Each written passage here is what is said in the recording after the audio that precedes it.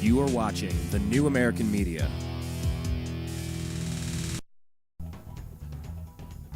You are listening to The Unhappy Hour Sports Radio Show on the newamericanmedia.com.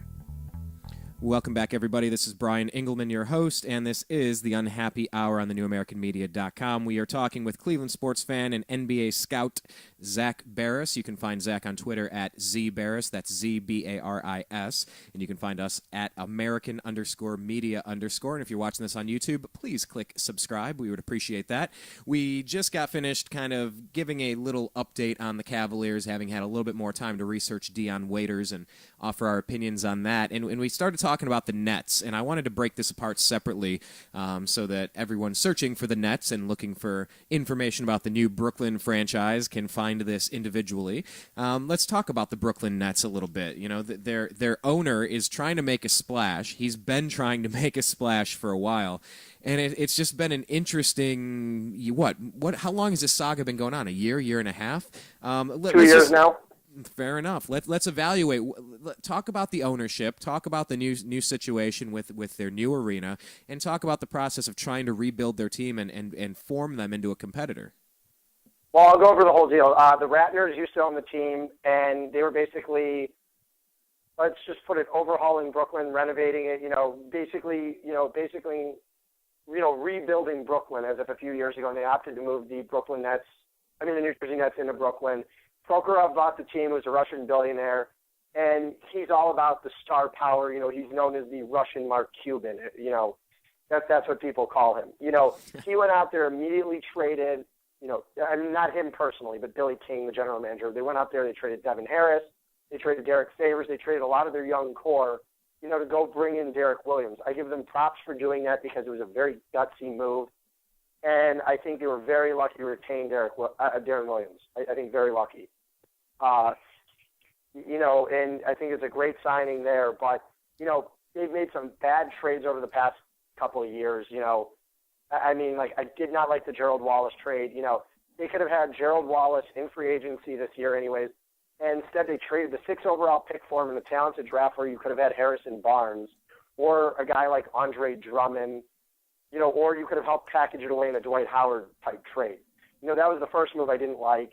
Because you could have signed Wallace anyways in free agency. They paid him 4 years, $40 million. I think they desperately overpaid for him. When they could have probably had him maybe for around 3 for $25. I didn't see any other teams jumping on the Wallace bandwagon. By the time that deal is done, he's going to be 36. A $10 million a year guy going to be 36, whose game has been fading now for 2 years. I think that's issue number one with Gerald Wallace. Issue number two is you just traded for Joe Johnson, who has the league's worst contract. He's a solid player, but the Nets without Dwight Howard right now are probably, I'd say, maybe a 42 to 44 win team this year. And, they're not going to be making any deep playoff runs, but, they have to be able to try to sell tickets, and Joe Johnson's name will put fans in the seats. I don't know if it really helped keep Darren Williams in town. I think he was keen on signing with them anyways because the difference in money was so substantial. He had, basically he's not going to turn down an extra $45 million to go sign with his hometown team. I think that Darren Williams may have been, more likely to sign with the Joe Johnson deal, but we're not over, you can't be 100% about that. But like I said, they still don't have Dwight Howard. They just signed Toltovic, who's he's basically a stretch four from the Euro League. He was also looking into the Cavs too. He doesn't rebound. He's more of a shooter. And like I said, Chris Humphrey's a free agent. What are you going to do with Brook Lopez? And I just don't know if the Nets have the ammunition right now to trade for Dwight Howard. That's not saying they can't. You never know when Orlando will get desperate. But Marshawn Brooks and Brook Lopez and a couple of draft picks, I don't think are going to get it done for Dwight Howard. That's my personal opinion. Yeah, and that's what they're saying. They said that the Nets are offering Lopez, Humphreys, Brooks, and some picks. I mean, Humphreys would have to agree to a sign and trade first, too, and I don't know if he wants to play in Orlando. I mean, he hasn't agreed to it. He's still a free agent at this point. And Dwight Howard has really limited his options by publicly stating there's only one place I want to go, which is trying to hurt the Magic.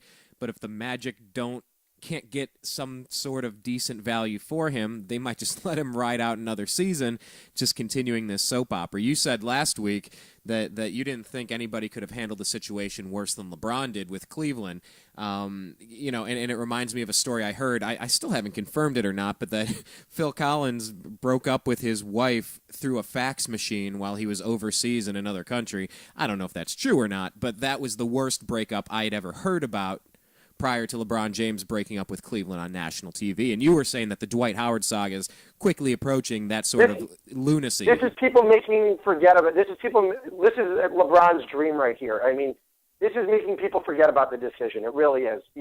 Nobody's talking about the decision right now, how LeBron handled it. I mean, LeBron handled all the way up to the decision. I think he handled his free agency pretty well by staying mum on the subject. He never demanded a trade. I think he handled it pretty well up until the summer. I think he always kept quiet about it, and I think he handled it well for a while up until the summer came. And then he made a whole fiasco about it with all those teams coming to Cleveland to interview. There was like a parade in the streets basically for him to stay, with the home signs. And it was an embarrassment to the city of Cleveland, an embarrassment to LeBron James. But Dwight Howard couldn't have handled it any worse. Now you're hearing that he, was basically forced to sign the opt-in clause in his contract. He was not forced to do that. And then the Orlando Magic start releasing the loyalty shirts with Dwight Howard's picture on them. I mean, it's funny. I want to just buy one of them and wear it around as a joke. But like Dwight Howard is really limiting his options. He's not saying he'll sign an extension in Chicago. He's not saying he won't sign an extension with the Knicks. With the Lakers, with the Clippers, the Hawks. That's the thing is, and the problem is there's so much uncertainty with these teams. If I'm the Lakers, do I want to give up Andrew Bynum for a 1-year rental? Not really. Like I said, good centers are hard to come by, and Bynum's a top 3 center in the league right now. So you can't give up a guy like Andrew Bynum, for Dwight Howard if you're not going to get a guarantee on of him re-signing. Well, and Dwight's coming off back surgery too. Let's not forget that you're not getting that's true too. Healthy person back. You're kind of rolling the dice on top of it, guessing at what you're going to be getting in return. Exactly. And with big men that bang around with 7-foot frames and, 250, 300 pounds on that body, I mean, those bodies break down. Not everybody's Greg Oden break down, but those bodies tend to break down. The big boys, slamming around. Back injuries are always very, very serious. And those are exactly. The back is the back is one part of the body, and the back and the neck are the parts of the body you can never know how they're going to heal. And, some people don't recover. I mean, I believe Brad Daugherty had a bad back too. Right. In the mid-'90s with the Cavs, and he never played again. He had his career was cut short. I'm not saying it'll happen to Dwight Howard, but it wouldn't shock me if it did because back problems are so bad. I have friends who have had back surgery and they can't walk for a long time. It's just it's just one of those it's one of those areas of the body. It's just like it's hard to tell what's going to happen. It's not like an ACL tear where it's gradually healing, and everybody comes, most people come back from an ACL tear these days. Yeah. It's completely different now with a back injury. Yeah, and you hear a lot of people with back injuries, a lot of advice that they get is you don't even want to start cutting it open in your back. We know it's bad now, but it can actually get worse if we start cutting around in there. Yeah, something about the back, and that's what Dwight's going through. So, I mean, he's got some decisions to make. It's a really unfortunate situation across the board. It's bad news. Like, I'm not happy for anybody, not Orlando, not Dwight Howard, not the NBA or the team that signs him. It's just a goofy situation.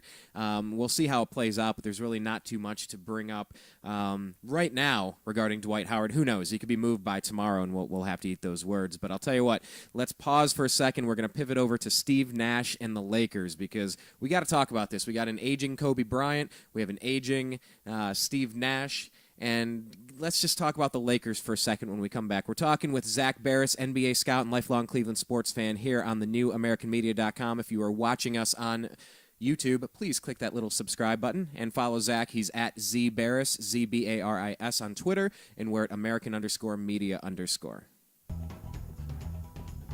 You were listening to The Unhappy Hour Sports Radio Show on the new AmericanMedia.com.